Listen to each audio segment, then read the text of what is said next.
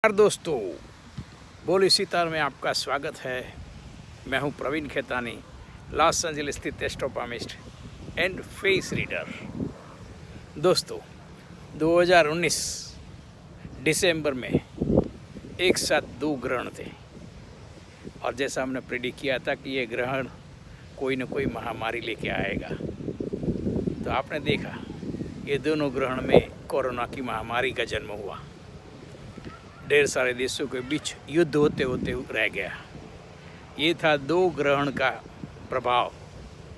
दोस्तों, अब आगामी दिनों में अर्थात 5 जून को फिर से एक चंद्र ग्रहण और फिर 21 तारीख को फिर सूर्य ग्रहण और इसके बाद 5 जुलाई को फिर चंद्र ग्रहण, यानी तो अगले तो 2 ही ग्रहण थे।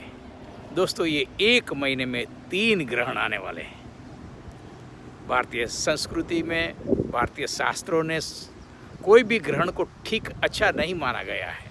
ये दुष्प्रभाव पृथ्वी पर डालता है। जब भी ग्रहण आता है तो पृथ्वी के ऊपर कोई न कोई दुष्प्रभाव वो छोड़ जाता है, चाहे वो महामारी हो, चाहे वो महायुद्ध हो, चाहे वो आर्थिक समस्या हो, चाहे भूकंप हो, चाहे बाढ़ हो, आपातकालीन कोई भी समस्या है उनको वो निर्माण करता है।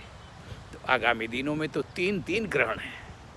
तो दोस्तों, आप खास सावचेत रहे, यानी कि जून महीने से लेकर जुलाई महीने तक ये 3 ग्रहण है।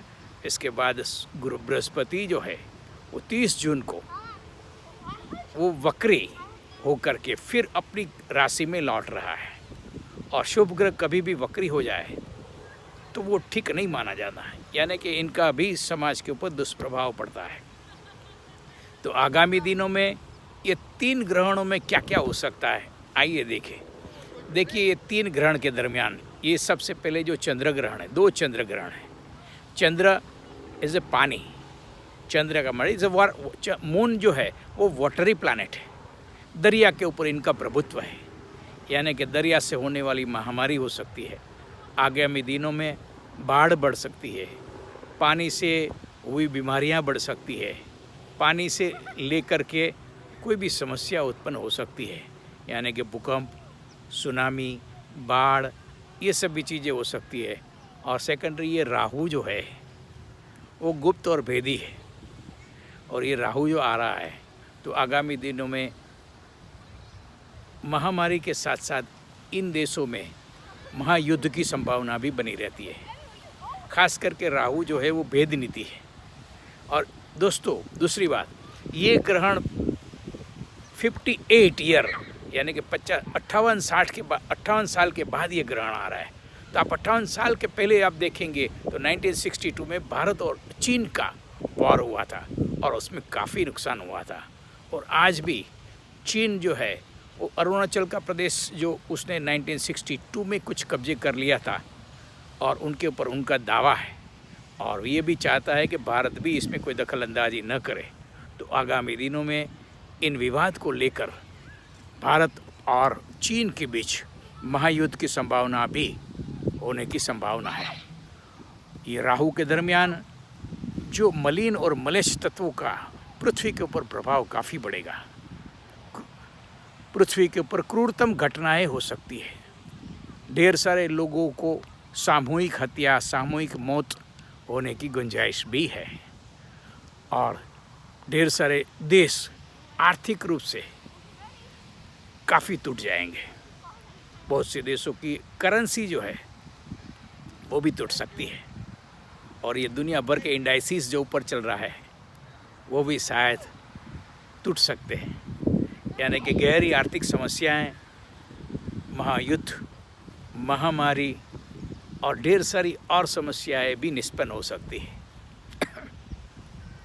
तो इससे हम अपना कैसे बचाव करें? दोस्तों, इनका बचाव तो एक ही है। हम लोग तो ऊपर वाले की कठपुतलियाँ हैं, हमारे हाथ में कुछ दौर नहीं है। हाँ, हमारे हाथ में एक चीज़ है, हम जिसकी कठपुतलियाँ हैं उनको प्रेम कर सकते हैं, प्रार्थना कर सकते हैं, प्रणिपात कर सकते हैं। और आगामी ये ग्रहणों में, जैसे कि भारतीय संस्कृति में ग्रहण के दौरान जप करना, तप करना, दान करना उनको इसलिए उचित माना गया क्योंकि इनसे देवता प्रसन्न होते हैं और ये महामारी से हमारा बचाव होता है। अब देखो ना, 2019 दिसंबर में 2 ग्रहण गए और ये ग्रहण के दरमियान हमने इनका प्रभाव भी देखा है।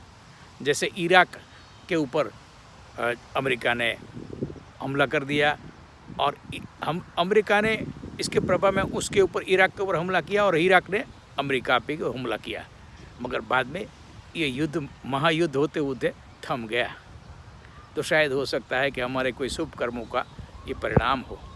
तो आप जिस देवता को मानते हैं उनको प्रणिपात करें, प्रार्थना करें, ग्रहण के दरमियान कुछ न खाए, कुछ न पिए, सिर्फ मंत्रों का जाप करते रहे और ग्रहण छूटने के बाद इनका दान दें। हालांकि ये ग्रहण जो है पूरी दुनिया के लिए है खतरनाक है, क्योंकि एक ही ग्रहण जो है भारत में दिखाई देगा, बाकी के 2 ग्रहण एशिया के अन्य देशों में, यानी कि बाकी के देशों के ऊपर भी इनका बुरा प्रभाव हो सकता है। और दोस्तों, आपने शांति से सुना, आपका बहुत बहुत धन्यवाद। नमस्कार।